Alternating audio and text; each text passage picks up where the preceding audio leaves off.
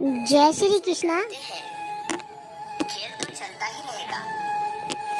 सवाल यही है कि जीवन तुमसे खेल रहा है या तुम जीवन से।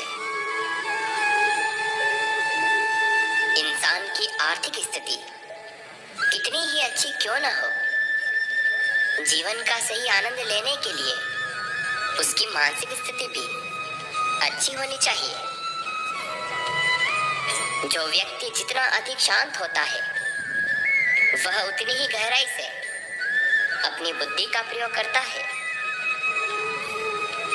घमंड ना करो अपने रूप और रुपयों पर, क्योंकि मोर को भी उसके पंखों का बोझ कभी उड़ने नहीं देता।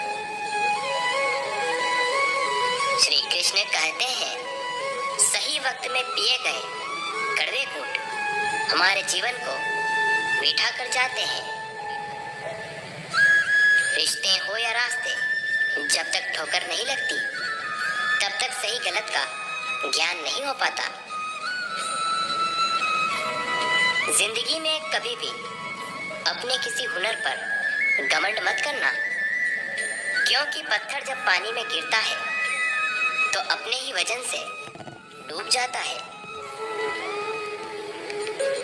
बहुत बोलने वाला इंसान अगर चुप हो जाए तो समझ लेना कि चोट। भाग्य का लिखा कोई नहीं छीन सकता। अगर हो विश्वास ऊपर वाले पर तो वो भी मिलेगा जो तेरा हो नहीं सकता। जिसने पहला कदम उठा लिया है वो अंतिम भी उठा लेगा। कठिनाई पहले में ही है, अंतिम में नहीं। सुबह से शाम तक काम करके आदमी उतना नहीं थकता जितना क्रोध या चिंता में 1 घंटे में थक जाता है। कुदरत के फैसले पर कभी शक मत करना। अगर सजा मिल रही है तो गुनाह भी जरूर हुआ होगा। यदि सब कुछ खोकर भी आप में कुछ करने की हिम्मत बाकी है तो समझ लीजिए आपने कुछ खोया ही नहीं। श्री कृष्ण कहते हैं, जिस व्यक्ति को आपकी कदर नहीं उसके साथ खड़े रहने से अच्छा है आप अकेले खड़े रहें। श्री कृष्ण ने कहा है, अगर तुम्हें किसी ने दुखी किया है तो बुरा मत मानना। लोग उसी पेड़ पर पत्थर मारते हैं जिस पेड़ पर ज्यादा मीठे फल होते हैं। खुशी के लिए काम करोगे तो खुशी नहीं मिलेगी, लेकिन अगर खुश होकर काम करोगे तो खुशी जरूर मिलेगी।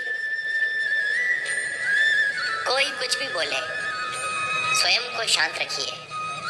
धूप कितनी भी तेज हो, समुद्र नहीं सूखते।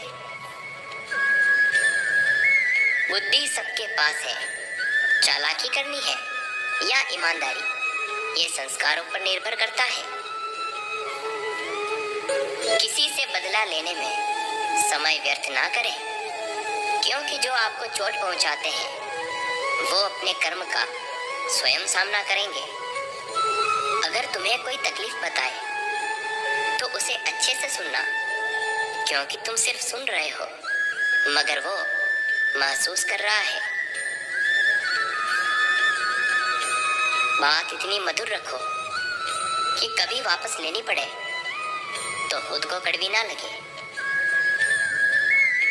किसी से ज्यादा नाराज होने से बेहतर है कि अपने जीवन में उसकी अहमियत ही कम कर दो।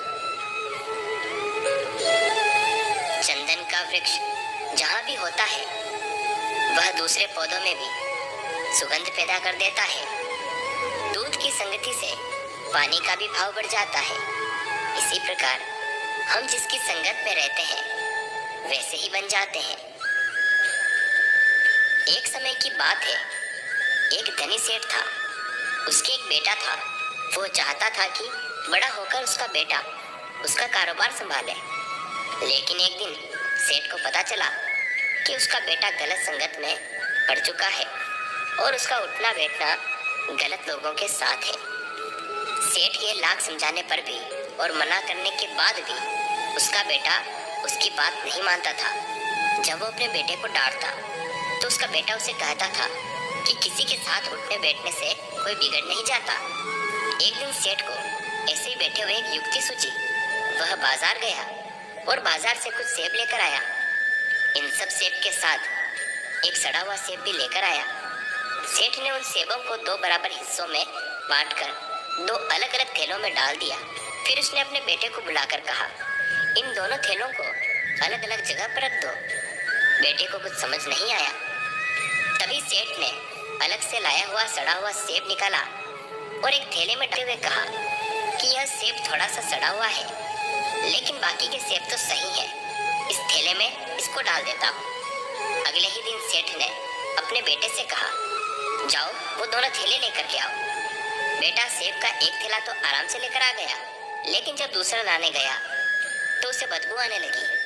उसने देखा कि सड़े सेब वाले थैले के बाकी से भी सड़ने की बदबू आ रही है। सेठ ने कहा, जिस तरह एक सड़ा हुआ सेब बाकियों को भी सड़ा देता है, उसी तरह बुरी संगति का एक इंसान बाकी के लोगों की भी संगति बिगाड़ देता है। श्री कृष्ण कहते हैं, वृक्ष कभी इस बात पर व्यथित नहीं होता कि उसने कितने पुष्प खो दिए। वह सदैव नए फूलों के सृजन में व्यस्त रहता है। जीवन में कितना कुछ खो गया, इस पीड़ा को भूलकर क्या नया कर सकते हैं। इसी में जीवन की सार्थकता होती है। परवाह मत कीजिए कि कोई क्या कहता है, क्योंकि आपके घर के खर्च आपको ही उठाने हैं, लोगों को नहीं। रद्दी तक तोली जाती है तराजू में। बिकने से पहले अगर कोई तुम्हें परख रहा है तो उसमें बुरा क्या है। अच्छे लोगों की संगत में रहिए, क्योंकि सुनार का कचरा भी बादाम से महंगा होता है। सुख व्यक्ति के अहंकार की परीक्षा लेता है और दुख व्यक्ति के धैर्य की परीक्षा लेता है। दोनों परीक्षा में उत्तीर्ण व्यक्ति का जीवन ही एक सफल जीवन कहलाता है। स्मरण रखें, किसी को धोखा देना एक कर्ज है जो आपको किसी और के हाथों एक दिन ब्याज सहित जरूर मिलेगा। कुएं में उतरने वाली बाल्टी यदि झुकती है तो भरकर बाहर आती है। जीवन का भी यही गणित है, जो झुकता है वह प्राप्त करता है।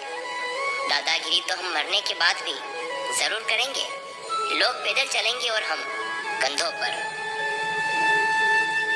चेहरे के रंग देखकर दोस्त ना बनाना दोस्तों। तन का काला चलेगा, लेकिन मन का काला नहीं। अगर वीडियो पसंद आई हो तो लाइक एंड सब्सक्राइब करना न भूलें। जय श्री कृष्णा।